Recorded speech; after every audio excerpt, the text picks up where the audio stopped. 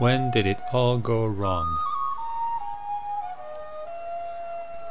Why did Arabs and Jews start hating each other?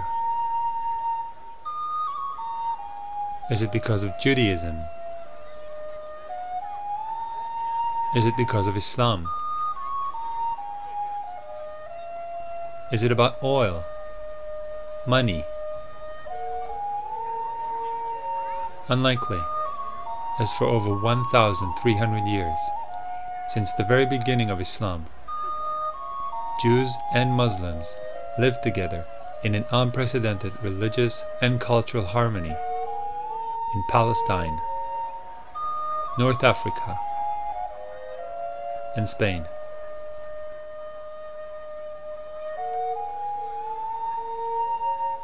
It all seemed to be going just fine till the 20th century.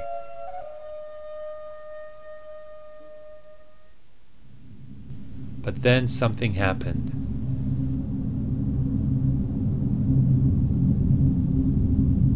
And ever since, Jews and Arabs had been at each other's throats.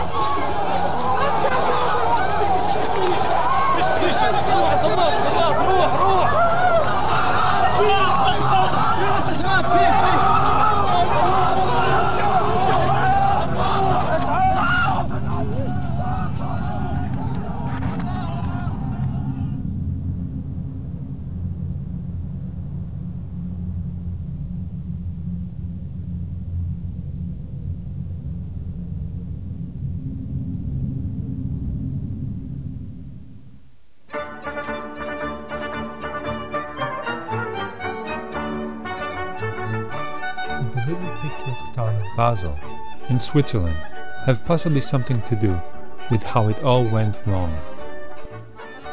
Basel was the setting for the first Zionist convention in 1897.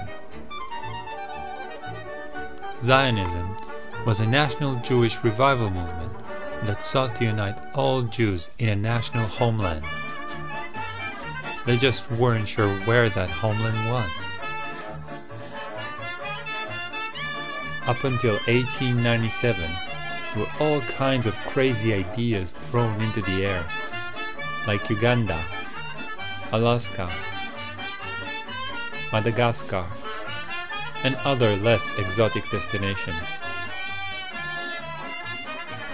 In Basel, however, the Zionist movement decided on an ideal and historically relevant location: Palestine.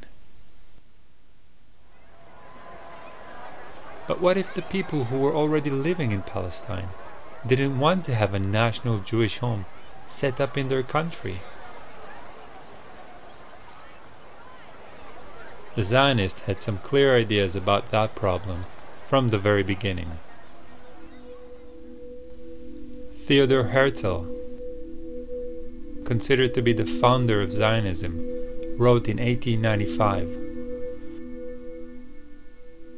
"We shall try to spirit away the penniless population across the border."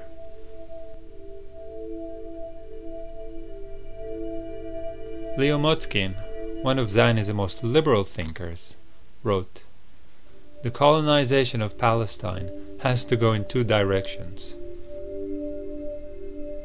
Jewish settlements in Eretz Israel, and the resettlement of Arabs in areas outside the country." Chaim Weizmann, the head of the World Zionist Congress and future president of Israel, proclaimed the Palestinians to be the rocks of Judea, obstacles that need to be cleared on a difficult path. Amazing how little have changed in Judea since then. The Jewish people came into this country, said this is our country, and they didn't say it's our country, but we recognize that there's another people living here. Let's see what we can work out. No, the whole idea of Israel until today is this is our country from the Mediterranean to the Jordan River, and it's only our country. It's exclusively our country. There is no other people. There's a bunch of Arabs living here, that we know. But there's no people, there's no other people with a claim to the country, with a legitimate right to the country. This is our country exclusively, and therefore either you shut up if you're a Palestinian and you live in one of the little islands we'll give you by sufferance, not by right, or get out. But back to the story. At the end of the 19th century, there were hardly any Jews living in Palestine. So the Zionists started campaigning all over the world for Jews to immigrate to Palestine. In Zionist vocabulary, this is called Aliyah, which means to ascend to a higher place. I'm not kidding. Most Jews thought the idea sounded like a pitch for a horror movie and decided to immigrate to the US instead. But some Jews bought the whole ascending thing and actually came to Palestine.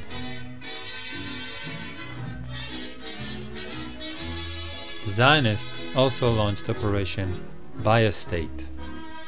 They went and bought all the land they could from Palestinian absentee landlords.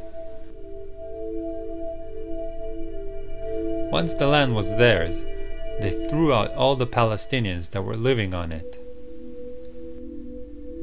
The Zionists called this process Judifying the land and land redemption.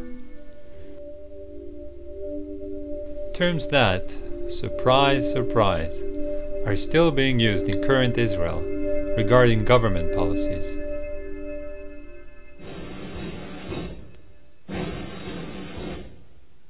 Then, in 1917, things changed. The British conquered Palestine from the Turks. They legalized the Jewish national home idea with the Balfour Declaration in the same year. Palestine became a special case because the British violated the provisions of the Mandate for Palestine, because they put the Balfour Declaration into the Palestine Mandate, you say. What did this mean? It meant that for Palestine, the wishes of the inhabitants, 90% Arab, would not be listened to, and they would not be developed for independence. It would be Jews, once they came in through immigration, you see, they would be allowed to develop. And so it's really with the Palestinian Mandate and the violation of the mandatory provisions to give the Zionists the right to create a majority of Jews to create a Palestinian state, that the real Palestinian Zionist conflict begins, with very few illusions on both sides.